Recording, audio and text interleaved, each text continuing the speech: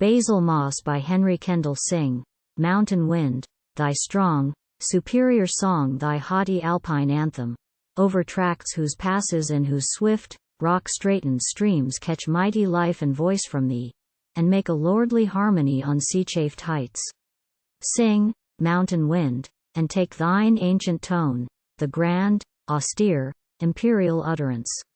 which drives my soul before it back to days in one dark hour of which, when storm rode high past broken hills, and when the polar gale roared round the Otway with the bitter breath that speaks forever of the white south land alone with God and silence in the cold, I heard the touching tale of Basil Moss, a story shining with a womanĺs love.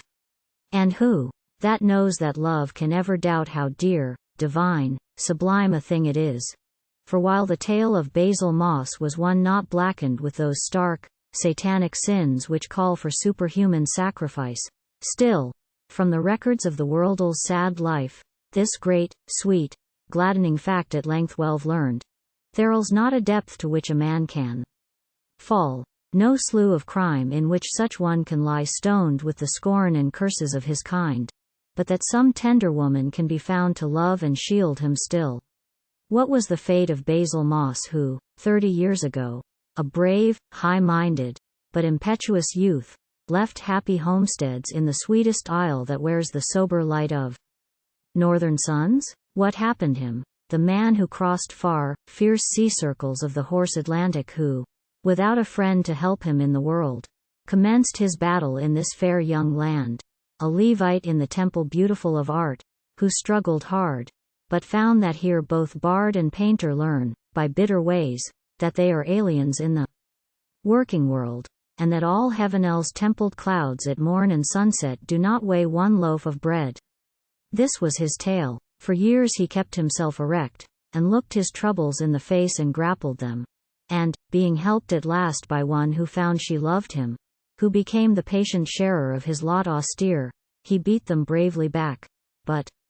like the heads of Lernal's fabled hydra, they returned from day to day in numbers multiplied. And so it came to pass that Basil Moss, who was, though brave, no mental Hercules, who hid beneath a calmness forced, the keen heart-breaking sensibility which is the awful, wild, specific curse that clings forever to the poetel's twofold life, gave way, at last, but not before the hand of sickness fell upon him, not before the drooping form and sad averted eyes of hectic hope, that figure far and faint, had given all his later thoughts a tongue. It is too late, too late. Oh, there is no need to tell the elders of the English world what followed this.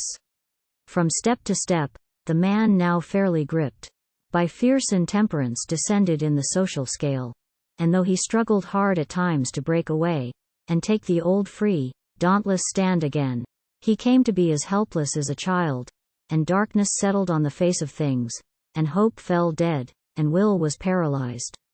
Yet sometimes, in the gloomy breaks between each fit of madness, issuing from his sin, he used to wander through familiar woods with Gödel's glad breezes blowing in his face, and try to feel as he was wont to feel in other years, but never could he find again his old enthusiastic sense of beauty. Never could he exorcise the evil spell which seemed to shackle down the fine, keen, subtle faculty that used to see into the heart of loveliness, and therefore Basil learned to shun the haunts where nature holds her chiefest courts, because they forced upon him in the saddest light the fact of what he was, and once had been. So fared the drunkard for 5 awful years, the last of which, while lighting singing dells, with many a flame of flowers, found Basil Moss cooped with his wife in one small wretched room. And there, one night, the man, when ill and weak a sufferer from his latest bout of sin, moaned, stricken sorely with a fourfold sense of all the degradation he had brought upon himself, and on his patient wife. And while he wrestled with his strong remorse, he looked upon a sweet but pallid face, and cried, "O me God! Is this the trusting girl I swore to love, to shield, to cherish so but 10 years back? Oh, what a liar I am!" Oh, she, shivering in a thin and faded dress beside a handful of pale, smoldering fire, on hearing Basil's words, moved on her chair, and turning to him blue, beseeching eyes, and pinched, pathetic features, faintly said, "Ooh, Basil, love. Now that you seem to feel and understand how much Otway suffered since you first gave way, now that you comprehend the bitter heartwear, darling, that has brought the swift, sad silver to this hair of mine, which should have come with age, which came with pain, do make one more attempt to free yourself from what is slowly killing both of us. And if you do the thing I ask of you, if you but try this once, we may be happy yet." Oh, then Basil Moss, remembering in his marvelous agony how often he had found her in the dead of icy nights with uncomplaining eyes, a watcher in a cheerless room for him, and thinking, too, that often, while he threw his scanty earnings over reeking bars, the darling that he really loved through all was left without enough to eat, then Moss, I say, sprang to his feet with sinews set and knotted brows, and throat that gasped for air, and cried aloud, "Oh, me poor, poor girl, I will." Oh, and so he did, and fought this time the fight out to the bitter end, and with the help of prayers and unremitting tenderness he gained the victory at last. But not before the agony and sweat of fierce Gethsemanes had come to him, and not before the awful nightly trials, when, set in mental furnaces of flame, with eyes that ached and wooed in vain for sleep, he had to fight the devil holding out the cup of lethe to